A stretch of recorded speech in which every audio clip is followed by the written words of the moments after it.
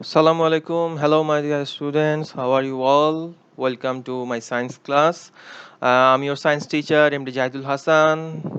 So, today we are going to learn from the chapter 3, lesson 6 to 10, and that means our topic is transpiration and transportation of plant. Okay. So let's start with the transpiration. Here you see there are three definitions of transpiration. You can write any one from these definitions in your exam copy. So let's start with the definition of transpiration. So transpiration is the physiological process actually by which the excess water is lost from the living tissues of plant in the form of vapor. It's called transpiration. You can also define transpiration in different way, like transpiration is the process of water movement through a plant and its evaporation from aerial parts such as leaves, stems and flowers. So what is aerial part of a plant? Actually aerial parts means the plant portion actually that remains above the soil. Okay, that means leaves, stems, flowers, fruits. Okay, so you can define transpiration like this way also, like transpiration is the process by which water vapor leaves the living plants body and enters the atmosphere. So transpiration is the process by which water is carried through plants from roots to small pores on the underside of leaves where it changes to vapor and is then released to the atmosphere. Okay, so transpiration actually this is very essentially you can this is essentially evaporation of water from plant leaves also. Okay, so transpiration is a very special physiological process of plant, and plant absorbs a bulk amount of water from soil through their root hairs. Okay, so plant actually they use little portion of this water in different metabolic activities, and rest of it actually it goes out in the form of vapor to the atmosphere. Okay, and the loss of this water in the form of vapor through evaporation from the moist surface of the internal tissue of the aerial parts of the plant uh, is the transpiration process. Okay, so here are some characteristics of the transpiration process, according to recent studies, it has been revealed that about 10% of the moisture found in the atmosphere is released by plants through transpiration, and the remaining 90% of the water in our atmosphere is mainly supplied by the evaporation from ocean, seas, lakes, rivers, streams, etc. Okay, and during these dry periods transpiration increase the loss of water in the upper layer of the soil. Okay, and it has some negative effect, like it affects the vegetation, cultivation, horticulture and agronomic field crops. Okay, so and the interesting thing is the plant transpiration is pretty much an invisible process. Okay, because this vaporization process is not as like as the vaporization of the water. When we boil the water, during the boiling of water it creates so much vapor that we can easily visualize the vaporization, but in this case the amount of vapor is relatively low and the process is slow. That's why this transpiration process, this vaporization process is not so visible to us. Okay,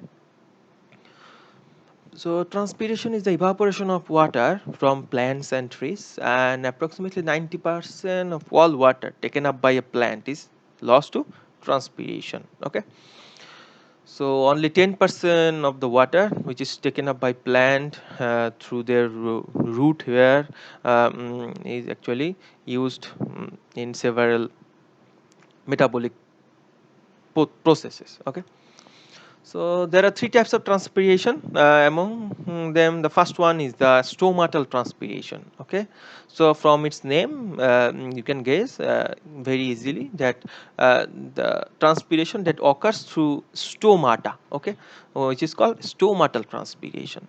So this type of transpiration actually only occurs in daytime, because this type of transpiration only occurs in the presence of sunlight.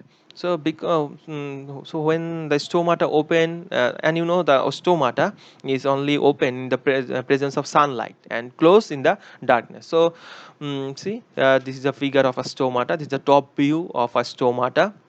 This is the stomata pore, and these two are the guard cell of the stomata, and this is the side view of the stomata. So from this stomata, transpiration occurs. Okay, so in this method, that means in this stomatal transpiration process, plants give out almost 80 to 90% water in the form of vapor. That means actually most of the transpiration actually occurs through the stomata of the plants. Okay, and then the another type of transpiration is the cuticular transpiration. The transpiration that occurs through the cuticle or cracks of the thin cuticle layer of leaves and stems is said to be cuticular transpiration. And the cuticle is the waxy outer layer of the plant. Okay, outer layer of the plant stem, leaves. So through this thin cuticle layer, some at almost 5 to 10% of transpiration occurs. Okay, so that means in this process 5 to 10% water is given out in the form of vapor by plants. Okay, so another type of, and the last type of transpiration is lenticular transpiration. So transpiration occurs through lenticels, and the lenticels are the small opening in the corky tissue covering stems and twigs. See here, this is spores, these white spores on the stem, and these spores are the lenticels. Okay, lenticel. Okay. When the outer corky tissue of the plant become cracked or crevised. Okay, so it then produce this type of lenticel. Okay, here this is the animated zoom picture of this spot of these lenticels. Okay, so this type of transpiration is said to be the lenticular transpiration. So in this process only 0.1% water is given off to the forms of vapor. It's a very little amount. Okay, now this is the overview of the mechanism of transpiration. So at the very first, water is passively transported into the roots. See here, the root here. So water is transported into the roots, and then it transported to the xylem, and then uh, the process of cohesion and adhesion, and this cause the water molecules to form a column in the xylem. Okay, water moves from the xylem into the mesophyll tissue, then water moves from the xylem into the mesophyll cells of the plant leaves, and then it evaporates from their surface, or actually through their stomata. Okay, so see now a very interesting information about the transpiration. How much water do plants transpire?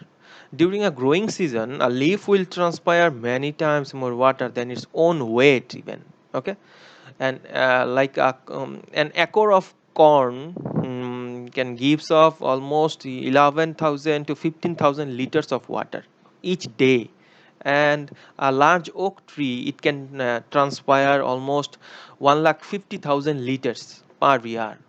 Okay, now the significance of transpiration. Transpiration is a very useful procedure for plants. It creates a negative pressure gradient, and as a result it helps to draw water and minerals up through the plant from its roots. Okay, and it also helps to keep the plant cool on hot weather, and the very essential important thing is it supports the photosynthesis, and it also encourages the gaseous exchanges. Okay, gaseous exchange, helping it also helping to maintain the levels of carbon dioxide and oxygen in the atmosphere. Okay, and it also decreases the water pressure of the plant body, and the concentration of cell sap, that means the cell fluid, is also increased due to the transpiration. Transpiration also maintains the proper humidity of the leaves, and transpiration ensures the continuous supply of water to the leaves. Okay, So now the transport of water and minerals in plants. The another lesson from your book.